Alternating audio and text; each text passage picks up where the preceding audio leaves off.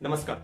जो लोग आयुर्वेद से रिलेटेड नहीं है, अगर वो थंबनेल को देखकर ये सोच रहे हैं कि आयुर्वेद से ये आयुर्वेद वालों की स्ट्राइक है, इससे हमें क्या लेना देना, तो ये वीडियो आप लोगों के लिए भी है। क्योंकि हम लोग बहुत इजीली बोल देते हैं कि अरे आयुर्वेद में क्या है, केवल चूरन चटनी देते हैं, ये लोग मॉडर्न मेडिसिन जितना ग्रो क्यों नहीं करते। तो उसके रीजंस आपको भी पता होना चाहिए कि क्यों आयुर्वेद पीछे रह जा रहा है, क्यों इतना महान विज्ञान जो इतने महान ऋषि मुनियों ने लिखा है वो क्यों आज पीछे है। तो इस वीडियो में हमारी जो 4 मांगे हैं, उन मांगों को कवर करते हुए बहुत ही आसान भाषा में आपको समझाऊंगा कि किस तरह का अन्याय आयुर्वेद के स्टूडेंट्स के साथ हो रहा है और क्यों ये स्ट्राइक हो रही है।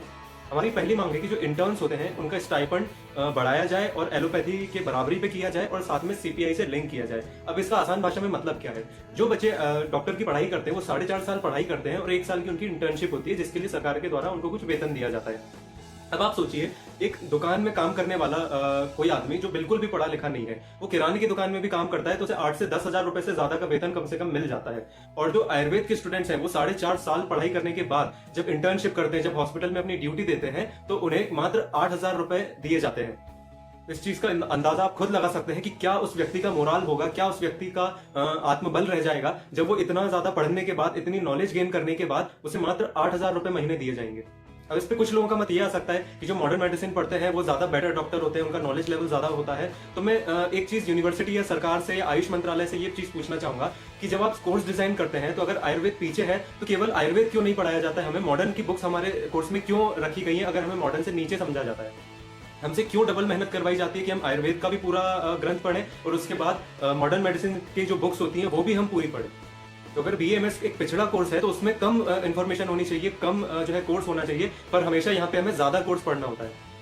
दूसरी चीज, अगर यूनिवर्सिटी या सरकार हमें कम समझती है तो हमारा कोर्स 4.5 साल का क्यों होता है और इंटर्नशिप मिला के 5.5 साल का जो होता है और उतना ही एमबीबीएस का कोर्स होता है। तो ये बराबरी यहाँ पे क्यों रखी गई है? फिर कोर्स में भी जो है टेन्योर को कम करना चाहिए ताकि हम जल्दी पास आउट हो जाए। तीसरी चीज की, अगर इंटर्न्स का वेतन एमबीबीएस वालों से कम रखा गया है या इन जनरल बोले कि इतना कम रखा गया है, तो फिर उनसे दिन भर काम क्यों लिया जाता है? अब जब इंटर्न होता है उसकी ना कोई छुट्टी होती है ना कुछ काउंट होता है, आपको डेली 7 दिन संडे मिला के आपको 7 दिन आना पड़ेगा वीक में और डेली आपको सुबह से शाम तक अपने को घिसना पड़ेगा, अपना काम करना पड़ेगा और उसके बाद आपको 8,000 रुपए दिए जाते हैं। तो अगर सरकार को लगता है कि हम इक्वल काम नहीं कर रहे तो फिर हमारे ड्यूटी टाइम बराबरी से क्यों रखा जाता है? चौथी चीज, जब कोरोना का काल आया था, जब बराबरी से जो जहां पे एमबीबीएस वाले या मॉडर्न मेडिसिन वाले डॉक्टर्स की ड्यूटी रखी गई थी, वहीं पे बीएमएस वालों की भी बराबरी से ड्यूटी रखी गई। जितना खतरा उन लोगों ने मोल लिया उतने ही खतरे में बीएमएस वालों को भी डाला गया। तो जब यहाँ पे भेदभाव नहीं किया गया, यहाँ पे आयुर्वेद वालों को डॉक्टर समझा गया, तो फिर जब वेतन की बात आती है या इक्वालिटी की बात आती है तब आप बराबरी से डॉक्टर क्यों नहीं समझ पाते? जब कोरोना का टाइम आया था, जब 1 से 1.5 साल हमारी एग्जाम नहीं ली गई, ये कहकर कि आप लोग मेडिकल प्रोफेशनल्स हैं, ध्यान दीजिएगा, आप मेडिकल प्रोफेशनल्स हैं और आपको हम ऑनलाइन एग्जाम लेके पास नहीं कर सकते क्योंकि आप लोग जो है डायरेक्ट लोगों की हेल्थ से रिलेटेड है। तो जब वहां पे हमको मेडिकल प्रोफेशनल समझा गया, तो यहाँ पे जब स्टाइपेंड की बात आती है या इक्वल राइट्स की बात आती है या समय पे एग्जाम कंडक्ट कराने की बात आती है, तब हम पीछे क्यों हो जाते हैं, तब हमें इक्वल क्यों नहीं समझा जाता? तो इससे हम ये समझ सकते हैं कि जब भी हमसे कुछ चाहिए होता है गवर्नमेंट को या हमसे काम लेने की बात होती है, तब हमें बिल्कुल इक्वालिटी महसूस कराई जाती है कि आप लोग मेडिकल प्रोफेशनल्स हैं, आप लोग भी डॉक्टर हैं, आप लोग बराबरी का हक रखते हैं और हमसे बराबरी से काम लिया जाता है। लेकिन जब देने की बात होती है तो गवर्नमेंट पीछे हट जाती है और तब हम लोग पीछे हो जाते हैं। जब हम लोगों का कोर्स जो है पिछड़ा हो जाता है, तब हम लोग की नॉलेज पिछड़ी हो जाती है, जब हम लोग का आयुर्वेदिक साइंस पीछे हो जाता है। तो प्लीज यूनिवर्सिटी के ऑफिशियल्स और जो भी लोग गवर्नमेंट में इससे रिलेटेड हैं, कृपया इन सवालों का जवाब दें। वापस से आते हैं मांगों पे। पहली मांग थी कि स्टाइपेंड बढ़ाया जाए और सीपीआई से लिंक किया जाए। अब जिन लोगों को सीपीआई का मतलब नहीं पता, उनको बहुत आसान भाषा में छोटे शब्दों में बता देता हूं कि जब जिस तरह से इन्फ्लेशन बढ़ता है, महंगाई बढ़ती है, तो सरकार जो वेतन देती है हर डिपार्टमेंट में लोगों को, वो भी उतना जो है बढ़ता है। पर यहाँ पे क्या होता है कि अगर 8,000 का स्टाइपेंड एक बार डिसाइड हो गया तो वो 7 साल, 8 साल, 10 साल तक वो 8,000 रुपए ही मिलेंगे, उसमें इन्फ्लेशन के अकॉर्डिंग कोई भी बढ़ावा नहीं किया जाएगा। तो ये हमारी मांग है कि जब बाकी सारे गवर्नमेंट जॉब्स में जो है वेतन में बढ़ोतरी होती है इन्फ्लेशन के अकॉर्डिंग या महंगाई के अकॉर्डिंग, तो यहाँ पे भी होनी चाहिए। जब बराबरी के हक से काम लिया जाता है तो जब वेतन देने के टाइम भी बराबरी आपको दिखानी चाहिए। फिर हमारी दूसरी मांग है एकेडमिक कैलेंडर की।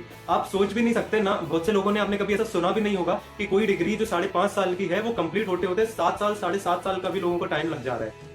जो एग्जाम 12 महीने के अंदर अंदर होकर रिजल्ट आ जाना चाहिए, वो एग्जाम को होने में 14, 15, 16, 18 महीने आराम से लग जा रहे हैं। और इतनी बड़ी धांधली को देखने के लिए कोई भी अवेलेबल नहीं है, हम कहीं शिकायत नहीं कर सकते इस चीज की। और इससे भी बड़ी बात कि डॉक्टर की पढ़ाई अपने आप में ही बहुत बड़ी होती है। 5.5 साल आप पढ़ रहे हैं और वो डिग्री जब 6 साल, 7 साल की हो जाएगी तो आप खुद सोचिए, आप बोल देते हैं इतना इजीली कि डॉक्टर्स पैसे कमाने के लिए ऐसा कर रहे हैं, वैसा कर रहे हैं, अपना काम ढंग से नहीं कर रहे हैं। आप सोचिए, जो इंसान 5 साल की डिग्री 6 साल, 7 साल, 7.5 साल में से मिल रही है, वो आगे लोगों की हेल्थ के बारे में सोचेगा या फिर अपने कमाने के बारे में, अपनी फैमिली के बारे में सोचेगा? पर इस चीज को सुनने वाला भी कोई नहीं है।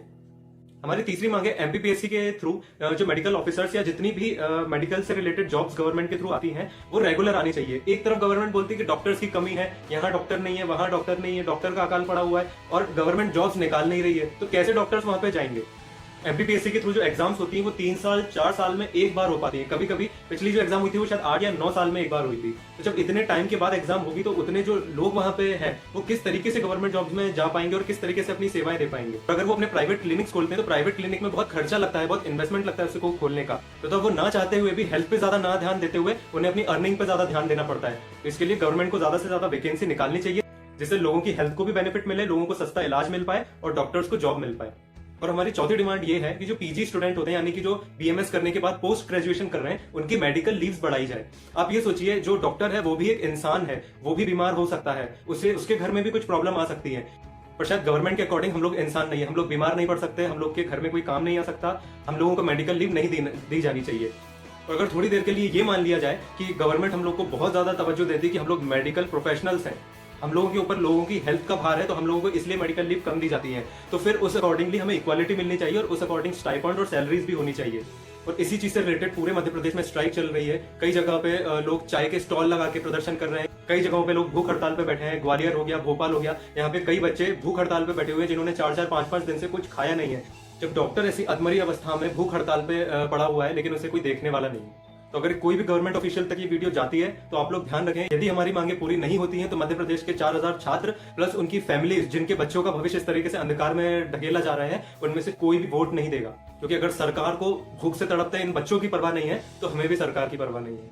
और कोई भी ऑफिशियल जिन्हें लगता है कि ये डिमांड्स गलत है या ये पूरी नहीं की जानी चाहिए तो उनसे एक विनती है कि जितने भी क्वेश्चंस इस वीडियो में पूछे गए कृपया पब्लिकली उनका आंसर दें, अन्यथा इन डिमांड्स को देखें और उन्हें पूरा करें। धन्यवाद।